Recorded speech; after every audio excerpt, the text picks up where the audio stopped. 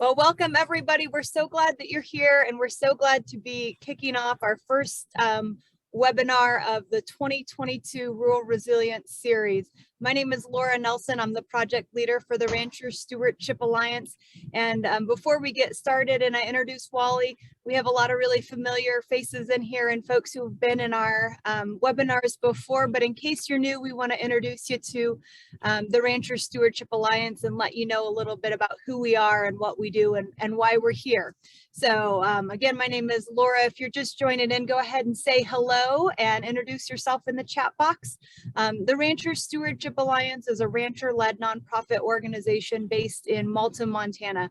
We've been around for about 17 years, and our origin story centers around a group of ranchers in South Phillips County who got together in about 2003 and recognized that they were feeling like they were under a lot of pressure. Like we had a lot of outside influences that were putting pressure on our family ranches and family businesses in our area. And they said, you know, we've got to work together to make our businesses stronger and make our rural communities stronger so that we get to be here for many generations to come. And that's why we started, and that's why we're still here today. Our mission statement is ranching, conservation, and communities, a winning team. And to us, that means that you get to have all three, and that when we work together, we can feed the world, we can grow a great product, we can take care of the land and animals, and we can nurture the next generation of stewards on this landscape. And that's just a really fun thing to be a part of. So one of the things we spend a lot of time on is learning and growing together and creating communities of people who want to learn together too. So that's you. So thanks so much for being here tonight. This is the very first webinar in our 2022 series. If you missed our 2021 webinar series, you can see recordings from all of those in our YouTube channel. And I think Angel will drop a link to our YouTube channel in the chat box. And this video will be posted there in a couple of days as well. So we'd invite you to take a look at some of those. Just a little bit of housekeeping tonight as we have more folks joining in. We do ask that you remain muted throughout the presentation, but that does not mean that we don't want you to participate tonight. This is intended to be an interactive event, and we'll have a moderated Q&A at the end with Wally, but we ask that you share your comments, your questions, ideas that you have as Wally's talking. You can share those in the chat box, and I'll keep an eye on those as we go through tonight, and then use those to moderate that Q&A a little bit later. Like I said, this will be an interactive event. About halfway through Wally's presentation, we'll go into some small group breakout rooms where you guys will have a chance to kind of just discuss a little bit with each other what you're hearing, what you're thinking, what you're curious about, what your experience has been. Think of it as if we were all in a conference room together and this was the snack break where you get a look at your neighbor and say, well, what are you thinking? How's that worked out for you? So just be aware that that'll be coming up. And my final note before I introduce Wally is that we are able to bring wonderful speakers like Wally and folks from all over the country to your homes and ranch homes for free in these educational sessions because of our great supporters and great donors and grant supporters for the Rancher Stewardship Alliance. So if you appreciate this content and want to see it continue in the future and want to help us continue to bring speakers and resources like this to ranchers across the country, we appreciate your support, and Angel put a link to that in the chat box too. So with that, again, if you're just joining us, hello, welcome. We're glad you're here. I'm going to introduce Wally and let him take it away. So Wally Olson is a retired rancher from Claremore, Oklahoma. Wally has put Bud Williams' system of stockmanship and marketing to work as a lessor of the Kelly Ranch, and he is now helping other ranchers learn how these principles can impact their businesses. Wally has been in the ranching and livestock business his whole life. He believes that marketing is a powerful tool, and done correctly, it can move your business forward in meaningful ways. Wally's marketing schools move you from a buy-sell marketing approach to a sell-buy marketing thought process. He believes that understanding relationships are the foundation of it all. For more information, we'll put some links to his websites and other ranching resources. And with that, I will hand it over to Wally. Wally, it's all yours. Very good. Thank you. To start out, Laura talked about how I was very privileged to spend a lot of time with Bud Williams, and he's passed away now. Eunice, his wife, has a lot of his information out there at stockmanship.com. But oh man, I just what I learned from him, and it was just wonderful. So let's get started and stuff. This is a disclaimer that, basically what it's saying is my work is to help people, but with ranching, there's a lot of risk and stuff. So obviously it is not guaranteed. So I grew up in Oldsburg, Kansas, which is a little Swedish community, and the Lutheran church there has a Swedish supper the first Saturday in December, and they've done it forever. And I have been gone from Oldsburg for about 30 years, and we had the opportunity to go back. And so we went back, and we were at the Swedish supper, and one of the neighbors that I had when I lived in Oldsburg, because I grew up there, and then we ranched in the 80s, kind of ate our lunch in ranching. He was there, and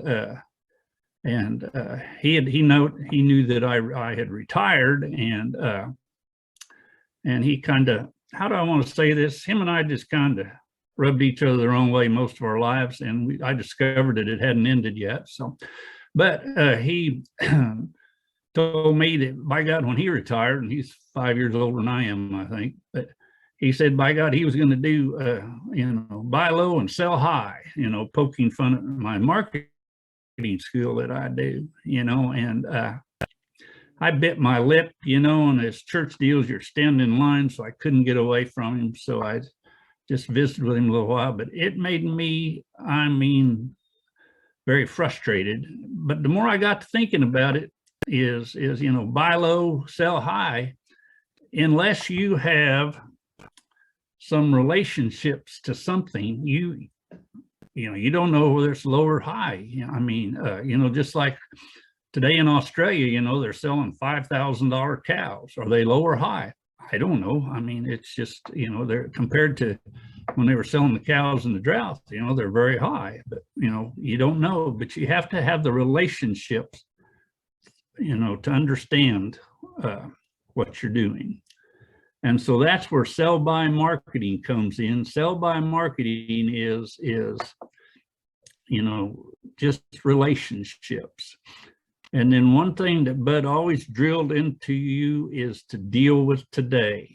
It doesn't matter what happened yesterday, and there's no need to worry too much about tomorrow, because today is the only day we can deal with. Matter of fact, this moment is the only moment we can deal with. So in sell by marketing, the sell is to create cash flow. That's all it's for, is to create cash flow, because the buy is for profit.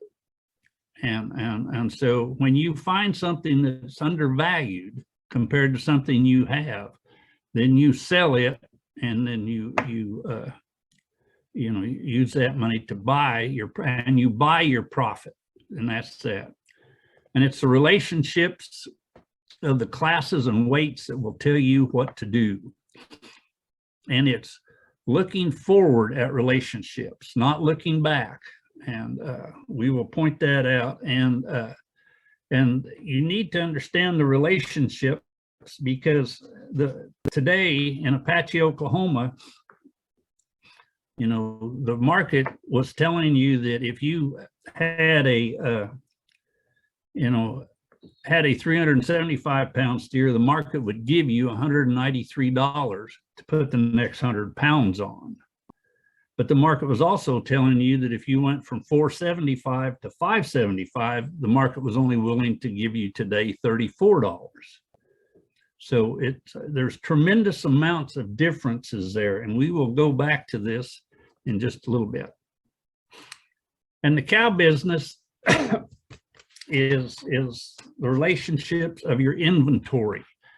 You know, very few people talk about, you know, your inventory value, and there's huge differences in inventory value. And what this is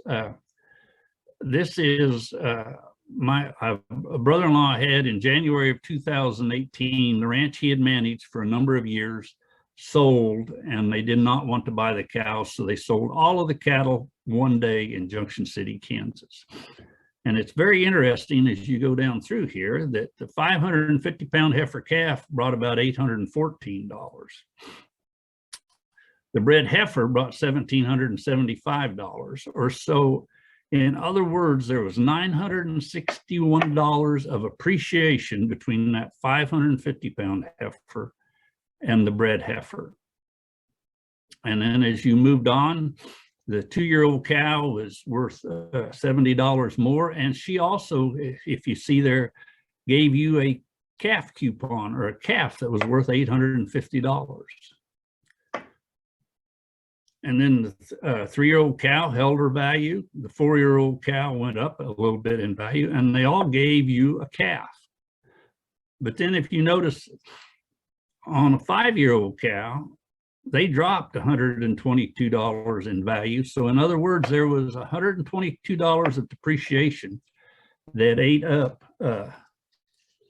part of that calf. So that is why you have the calf value down at $728.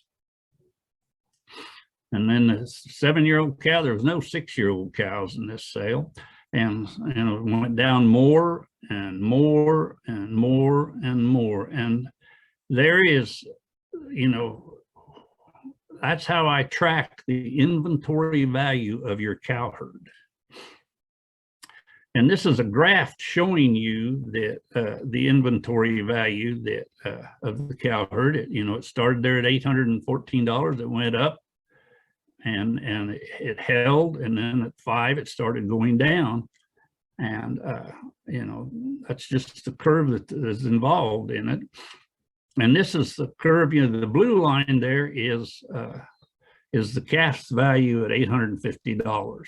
The red line shows you how much depreciation ate up of the value of that calf. And this is a cow bell curve. This is the only one original thought I think I ever have had.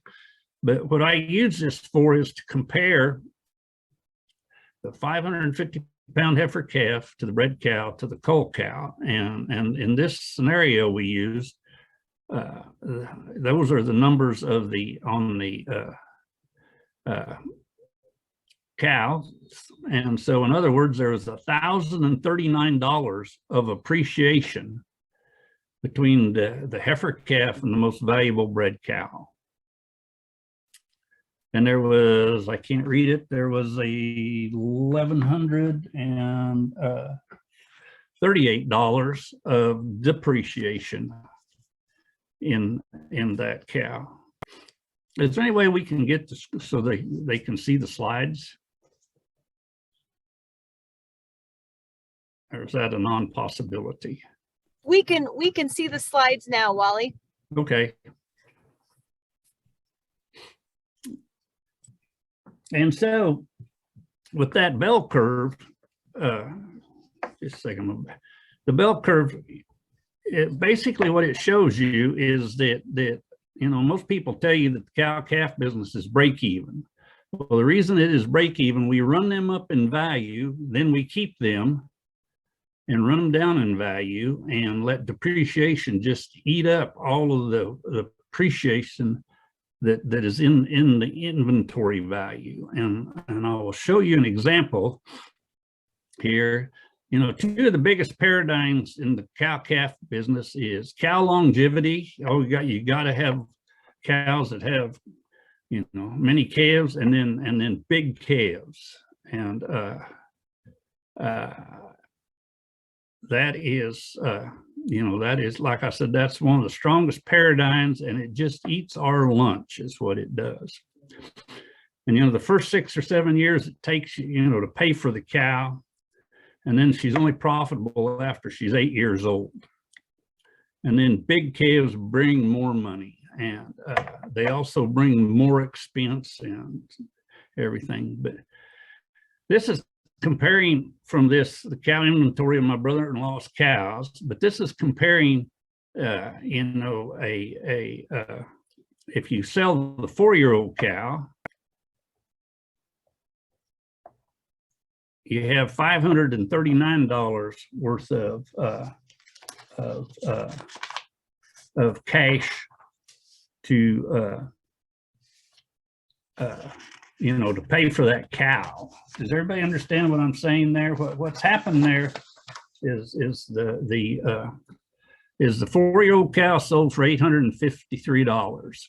Okay, and the heifer calf was $814. So you subtract that and you have $1,039. Then it costs about $500 for myself to take a heifer calf and make her into a bred heifer, because you need to bring, Bud taught you have to bring everything back to even. I mean, so if you sell a bred cow, you have to have the money to take the heifer calf and make it into a bred heifer. And so by doing this, you have $539 worth of cash to pay for that. And then, whoops. And then if you compare that to the 8-year-old cow, instead of $1,039 to work with, you only have 552. You take off $500 and you only have $52 left. So in other words, the way I see it, you can pay for by selling the 4-year-old cow, you can pay for the cow in 2.4 years, and by keeping her and depreciating her out, it takes 25 years to pay for a cow. So it just doesn't make much sense to me. And the next thing is you need to understand the calf value of gain. And as you work through this,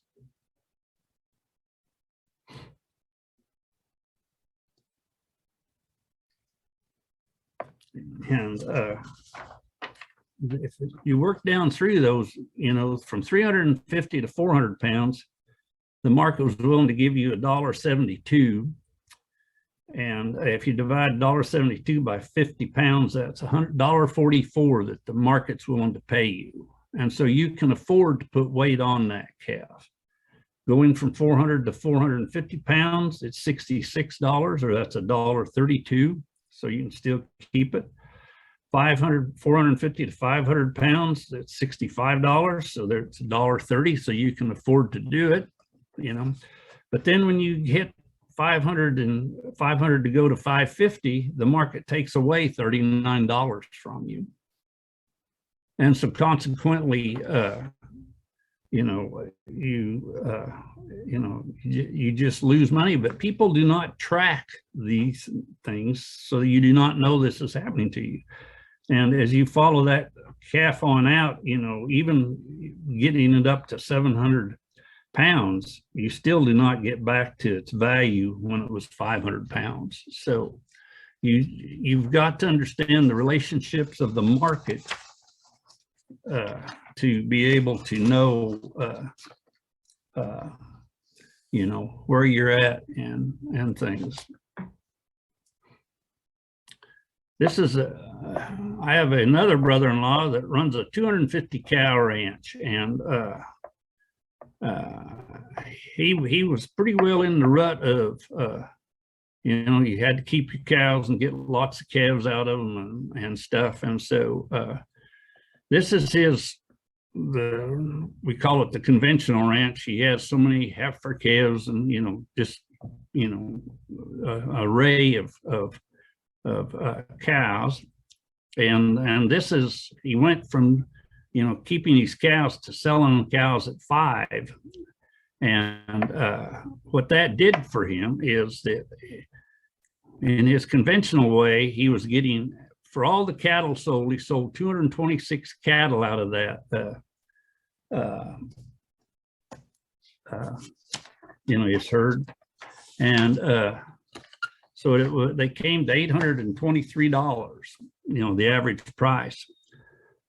And if you compare it to the higher turnover, he sold 6 cattle less, but brought in, a tremendous amount of more money, and he raised the average value of the animal sold to $1,290.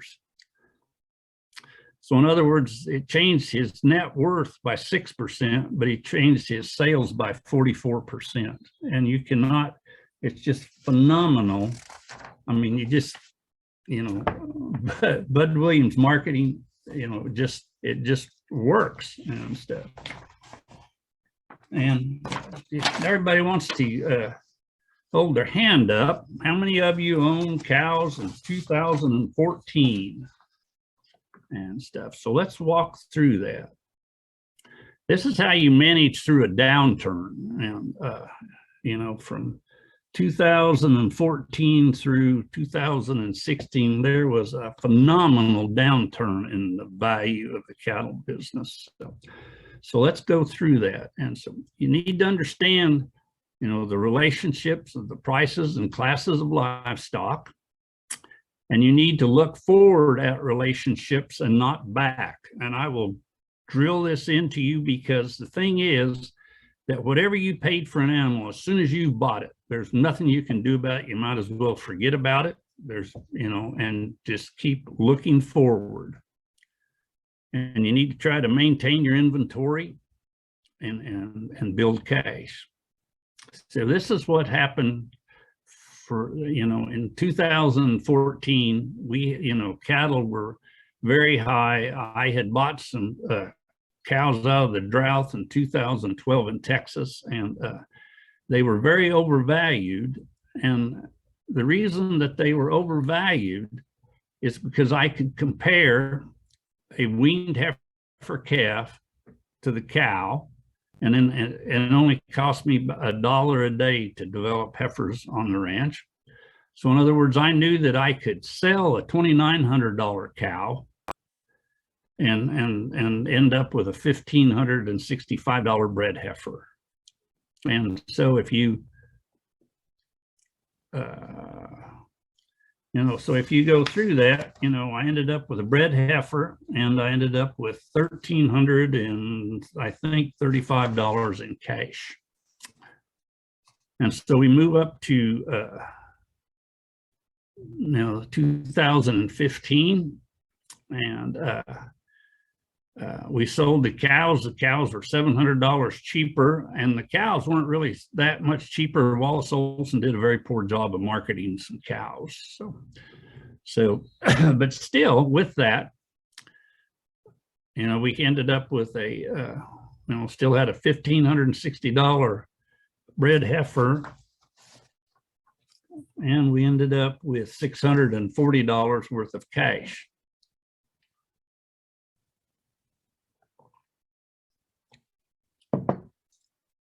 And moving on.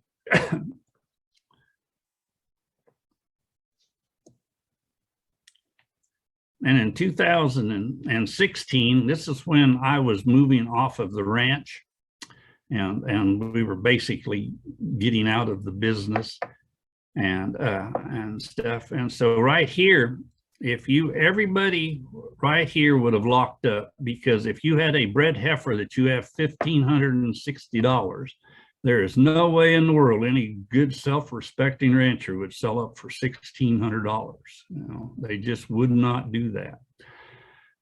And that is looking back at relationships. But if you looked forward at relationships, the weaned heifer calf had dropped by just about half. And so in other words, we could still sell the bred heifer, and we'd end up with $1,050 bred heifer. And so we still built cash. And so, in other words, when it was all said and done, I still had a bred heifer and I had $2,525 worth of cash built up. And people will say that, well, what about all those calves that you missed out on? And so this is looking at locking up. So in, the cows, those cows of mine averaged when I sold them $2,950. If you had kept her for 4 more years and made her into a 9-year-old cow, cows were only selling for $605. So in other words, we had $2,345 worth of depreciation.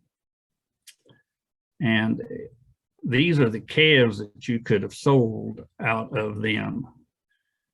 And so if you take off, the cost to carry, you end up with $2,500 or $2,255 worth of income after the cost to carry. So in other words, if you compare that, if you would have kept the cow and stuff, you would be out of the cow business and $90 down.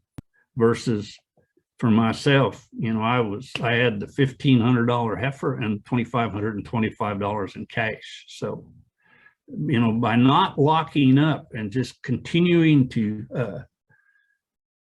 trade down, it worked out, very, very, very well. And I'm a big believer. If you have not been to Ranching for Profit School, please go, because if you want to do one thing to improve your life, your ranch and your family and everything, go to a Ranching for Profit School. But Dave Pratt wrote a book. It's Healthy Land, Happy Families, and a Profitable Business. Well, this is how I operate now, as I'm interested in, healthy land and happy families, and it's just, since I put cattle out, I will tell you this, if I've not experienced it yet, but I would really look forward to sometime if where I had my cattle and there was a divorce, on really seeing about getting them back. So it's just, you need happy families, and healthy land and profitable business, because if we would have had that back in the 80s, it would not have been near as disastrous as it was. And what is profit? Profit is a cost of production, is all profit is. Just figure it in, just like feed costs and stuff. In Ranching for Profit School, they use a 10% opportunity cost. And so if you're going to do something, you charge that enterprise 10%. I have found that I would rather start out charging an enterprise 25%. Because that gives me a cushion, whether if I want to leverage it or not. And if it's interesting that, you can make that. And one example of making, that much money, I have you could have bought calves at 575-pound calves at Apache, Oklahoma today for $1.66. You could hedge them on the board today for basically $1.77.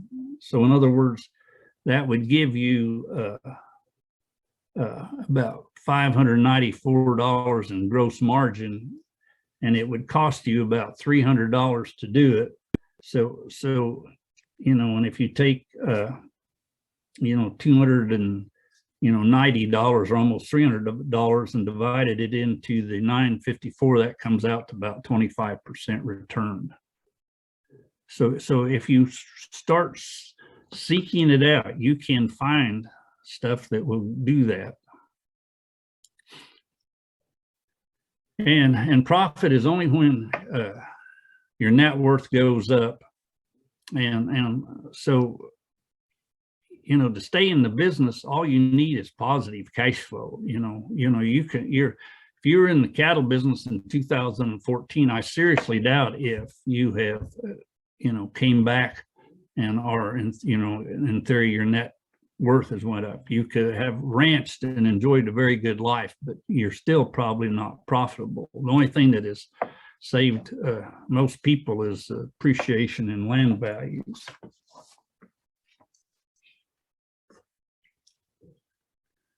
The best thing a grazer can do to be profitable, is plan profitability. This is from Dallas Mount, and you need to understand your overheads are either too high, or your gross margins per unit are too low, or your turnover is lacking. And, you need to know that stuff, to fix your problems. And like I said, I would highly recommend attending a Ranching for Profit school.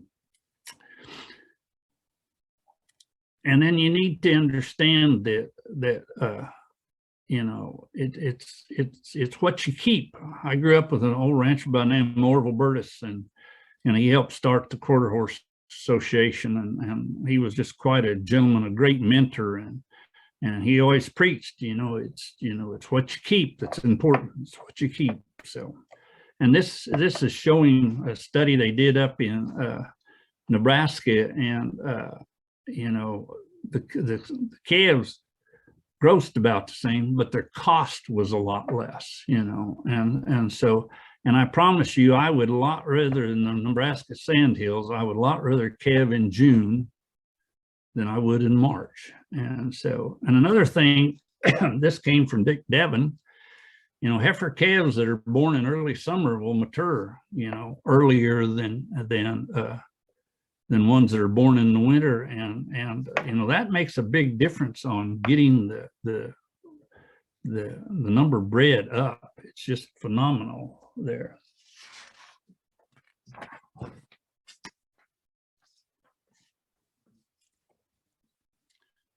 And so what you need to be looking at is selling your grass at full value, and you need to capture the full value of gain. And I showed you there is you just got to compare the values of gain between the weight classes, and then can capture full inventory value, capture the appreciation, mitigate the depreciation. And then you need to understand the cost of maintenance. And then you need to understand the time involved in doing this. So with that, we're to this question: what can be done to capture more appreciation in my herd and reduce the depreciation in my herd? Interesting. We had some groups talking about the goat industry, others struggling to get over that longevity paradigm. Everybody has different operations. That's no surprise. That's the fun thing about getting everybody into those breakout rooms, is that everybody's got a little bit something different going on, so we can always learn from each other. Some of us admitted to being stuck in the paradigm that those cows that have been fully depreciated are the ones that are the most valuable. Interesting. Very good. Are we ready to move on? All right, carry on, Wally. Now, one thing, if you look at the drought monitor, drought is it's getting huge. Like when we're in the chat or the breakout rooms, one of the things we're getting ready to do is preparing to implement a destocking plan. And, it is tough, to do that if you spent your whole life breeding up cattle, and going back to Bud told you to, hate your cows and love your grass. So, I've done that. And so basically my cow herd is cows that are bought down, at basically slaughter prices. As you watch the market, it's amazing how reasonable you can buy cows. Now, granted, if you don't want to do that, that's fine, but that's what I do. And then I try to use very good bulls, and I keep and make bred heifers and stuff. But moving on, if you haven't read the book, The Time It Never Rained by Elmer Kelton, I would highly recommend you read it. It is a masterpiece on drought. And in the main character in his book is Charlie Flagg. And what's interesting, I have read The Time It Never Rained 3 times in my life. One time when I was 20, another when I was in my 30s. And then the last time I read The Time It Never Rained, I was 59 years old, the same age as Charlie Flagg.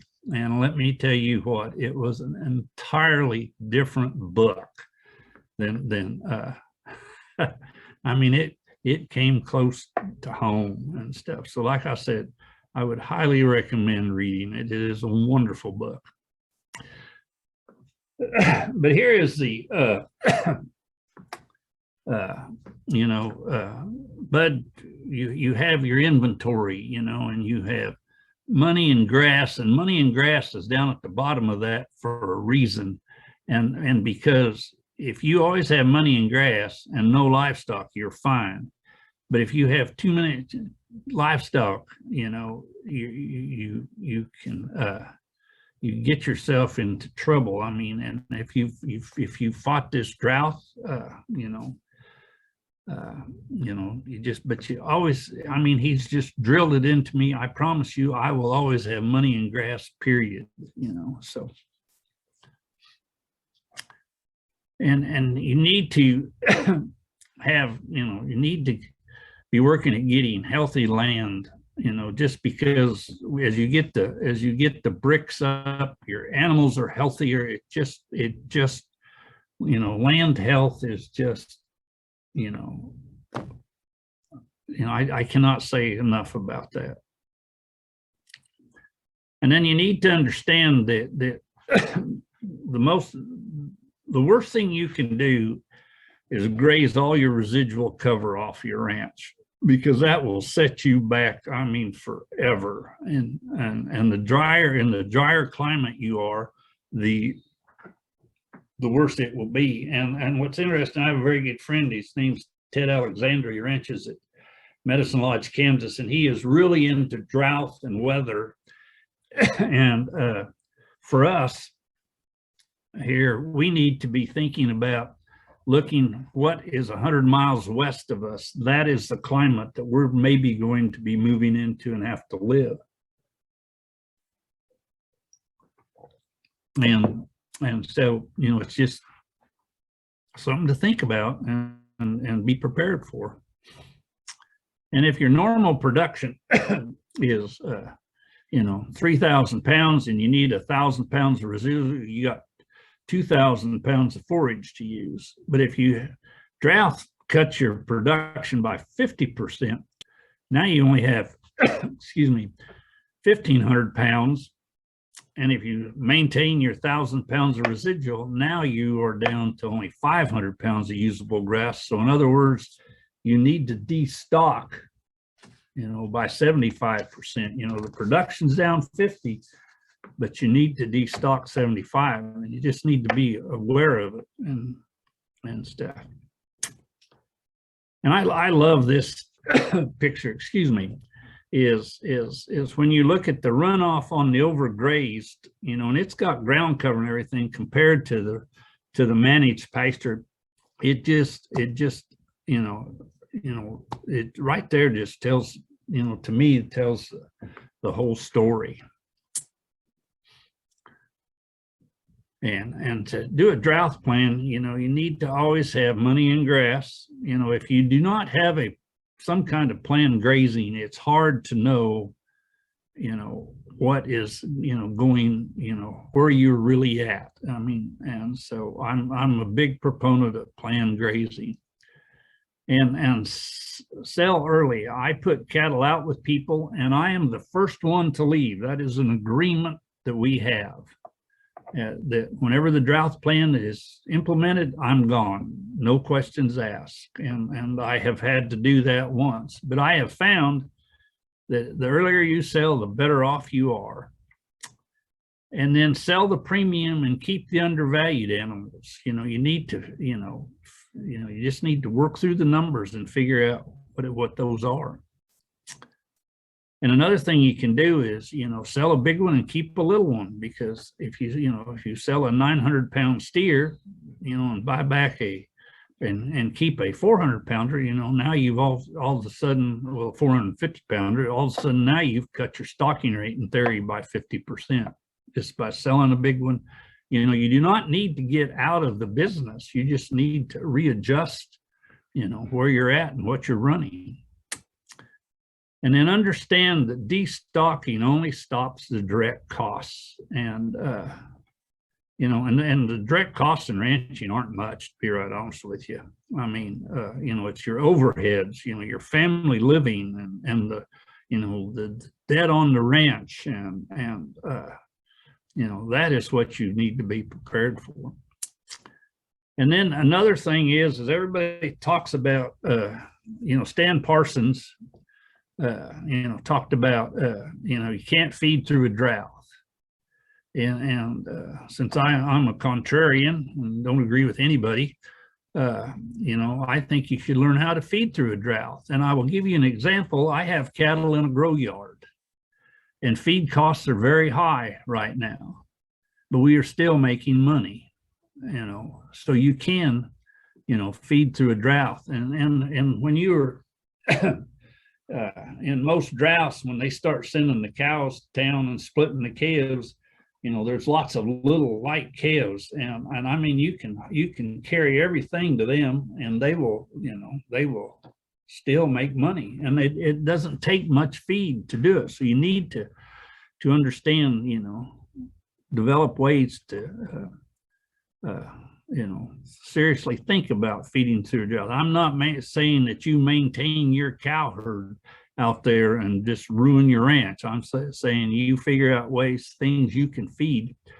so you can get through the drought. And also what that will do, if you still have inventory, what that does is when the drought ends and the cattle go up, you will have something going up with, you know, with the market. And so you just, you know, I'm, when you're in a drought, but these are things you have to develop before the drought, you know, and stuff, and maintain inventory and build cash and allow time for recovery and buy back cautiously, you know, and I've seen more people that you know, they sell their cow herd out for, you know, killer price, and it rains and they get some grass and they go out and buy some expensive cows, and then shazam, the next year they're back in drought again and stuff. And this is one that I really believe in is just move. You know, you need to maybe move from where you're at. And I was listening to a webinar that Jim Garish did, and he talked about that if you're in a 20-inch rainfall or less, your risk of drought is tremendously higher than if you're in a 35 or 40-inch rainfall area. My whole life, I have ranched in you know, eastern Kansas, northeastern Oklahoma, you know, and I have never really experienced much drought. I've had some dry years, but as far as drought, so you know, I'm serious. If you're a young person and you know, seriously think about moving, and you know, where you can you know, where you aren't at much risk of the drought.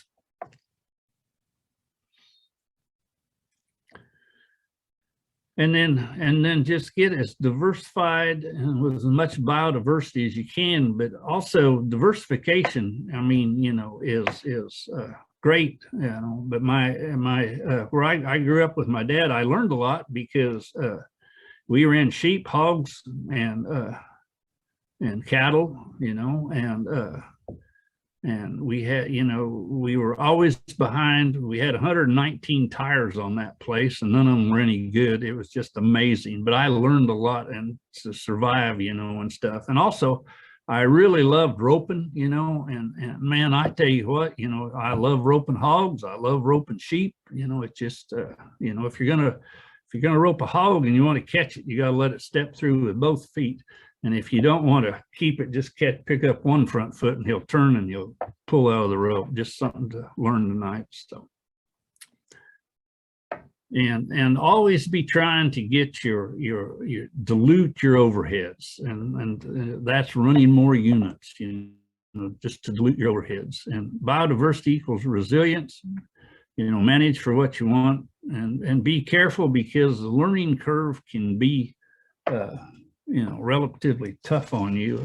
My accountant, his name's Walter Lynn. He's a wonderful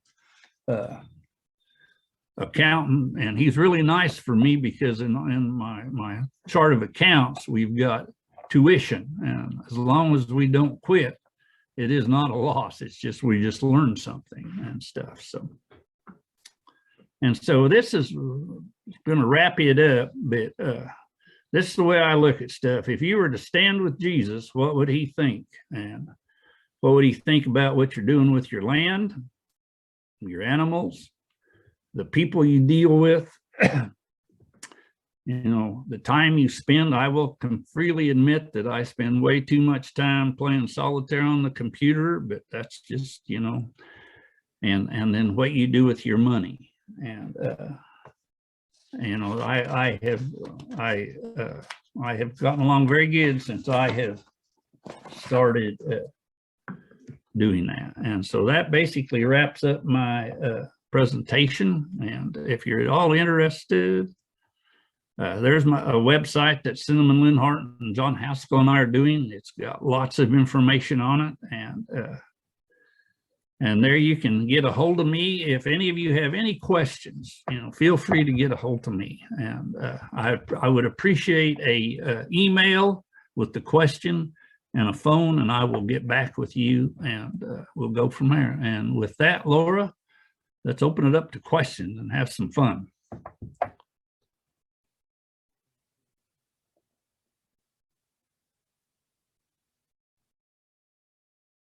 Well, there we go. Sorry, I was muted there for a second, Wally. Thank you, Wally. We appreciate that very much. So go ahead and I'll start off with some of the questions that came out of the breakout rooms. But please do type any questions or comments that you have there in the chat box, and we'll get them over to Wally. Wally, here's one that I want to start with, just because it overlaps with a lot of conversations that we've been having, where we have a ranch stewards book club. And right now we're reading Fred Provenza's book, Nourishment. And so we've been talking a lot about animal behavior and the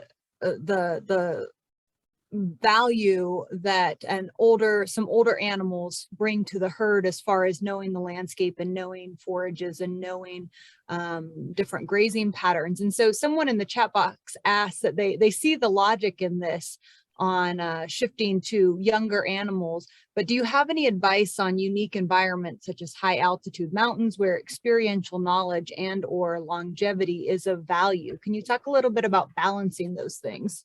Yes, well, with speaking of Fred Provenza on ranching.fyi, we have just spent, I don't know, 15 hours, 20 hours with him on doing webinars, and I mean, it's been wonderful. He's a very, very good friend of mine. And when you get into the animal, okay, when does a cow know the ranch? I mean, it looks to me like if a cow has lived on your ranch as a heifer calf, and grew up there, and she's 5 years old, she pretty well probably knows that ranch. I mean, I don't think a cow all of a sudden at 9 or 10 years old all of a sudden gets enlightened and stuff. So I truly believe that you can still sell these cows, you understand what I'm saying, and still retain that indigenous knowledge that's there. And if you like I said, just try it. And like I said, you need to, one of the biggest things Bud Williams taught, know and understand yourself. Understand what you will do and what you won't do. I talk about, I'm known as a 5-year-olds and out guy, and I'm not that. All I want you to do is be profitable. And if that means running older cows, that's fine. There's a gentleman in our chat room that sells grass-fed beef. He sells hamburger. Well, if you do that, you keep the cows, it doesn't matter how old she is, she's going to be worth a lot of money when you grind her up. The only thing is if you were to grow her up to 5 years old and grind her up and stuff, would you have a higher quality product than carrying her on out, and you'd turn that money over and stuff. So. Okay. Let's see here. Paul just wrote in, Wally, how did Bud Williams teach cows to herd with no fencing? Can you talk a little bit more about some of the things he taught? If I would know that, I wished I spent as long as I've known Bud. He could place cows, and he could do that. And if you there is some people out there that can do it. I cannot do it. Well, one thing is I was always in management, and I've always been in the marketing side and stuff. So, you can do it. I tell you what,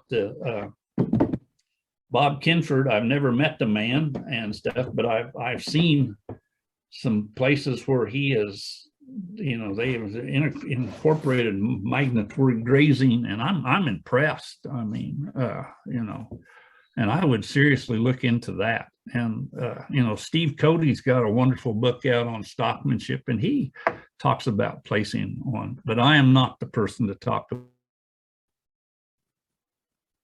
All right. Thanks, Wally.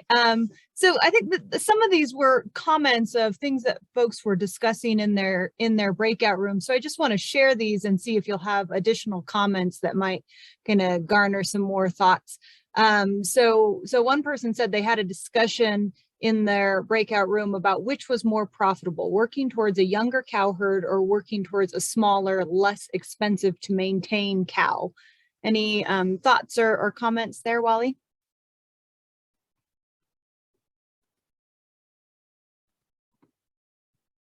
Uh-oh, I think Wally is frozen here.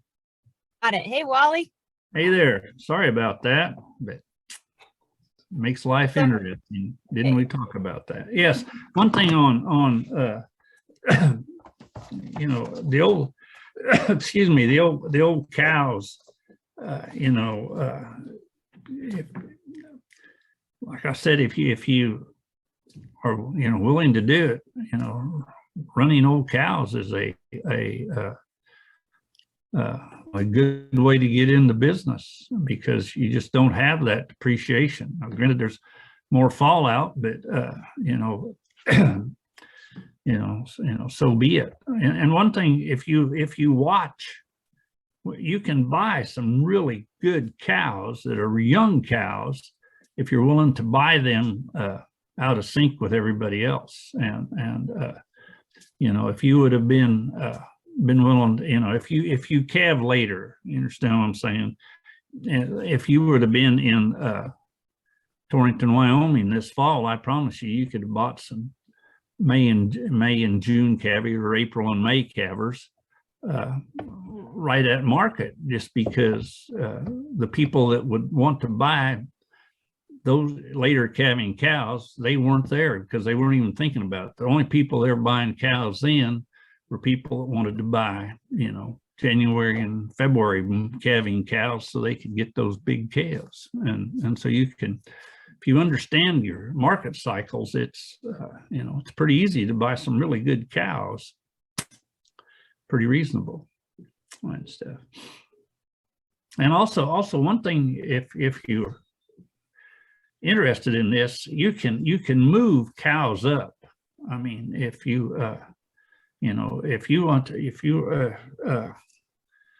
buy, say you buy May and June calving cows, and you want to calve in April, well, just put a bull out with the cows before they calve, and I promise you'll move them up an amazing amount. You can usually move them up, at least 1 month very easily, and possibly 2, and some cows you can moving them up an amazing amount. So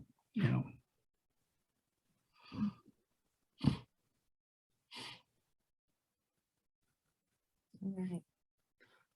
Well, thank you, Wally. Appreciate it. Any other closing comments or thoughts that you wanted to share here, Wally? We wanted to wrap up by 8:15, but we kept the conversation going. in your absence, but would love to hear any of your closing comments there. Well, one thing is, like I said, I don't know how many of you knew who Chip Hines was. He's got some wonderful books out there. And Chip Hines and I, he was truly a good friend. And we did a lot of discussion. And Grandma Hines, his grandmother, said it's hard to put an old head on young shoulders. And so Chip and I started working at that. This is why ranching.fyi is out there, is to gather knowledge and to try to help people so they don't have to go through some of the stuff that we've had to go through, and stuff. So, that's my main thrust. I will gladly help you in any way I can. And, it's just, just fun. That's what we try to do, just have some fun, enjoy life. But also when you realize that you've seen more sunrises than you're probably going to see, it changes your attitude a little bit. So, very good. Well, we appreciate you so much, Wally. Thank you for your time tonight. Because Wally is on Central Time, so I know it's getting late in Oklahoma. It's getting late for all of us. So we appreciate you very much, Wally. We will send a follow-up email with Wally's contact information, some of these resources, and share that with you all. I'd be remiss if I didn't put a plug in for our next Rural Resilience webinar. It's coming up a month from now, always on the third Thursday, February 17th. And next month we'll have Brady Allred with the University of Montana and our own Central Montana rancher, Bill Milton. And they're going to be talking about the rangeland analysis platform and using new technology and advanced mapping technologies for advanced grazing management, and what it looks like to use that kind of technology on a larger scale, community monitoring or larger scale landscape scale monitoring. Did I get that right, Bill? All right, I got a thumbs up from Bill. Okay, so we'd love to see you and have you join us on February 17th. You can register for that at ranchstewards.org as well. Again, we appreciate you. We appreciate you taking time to invest in yourself and in your business. We believe that when we all invest in our own businesses and make our own businesses and families and communities stronger, we make our entire industry stronger. So we appreciate you and appreciate your time tonight. So thanks so much for joining us.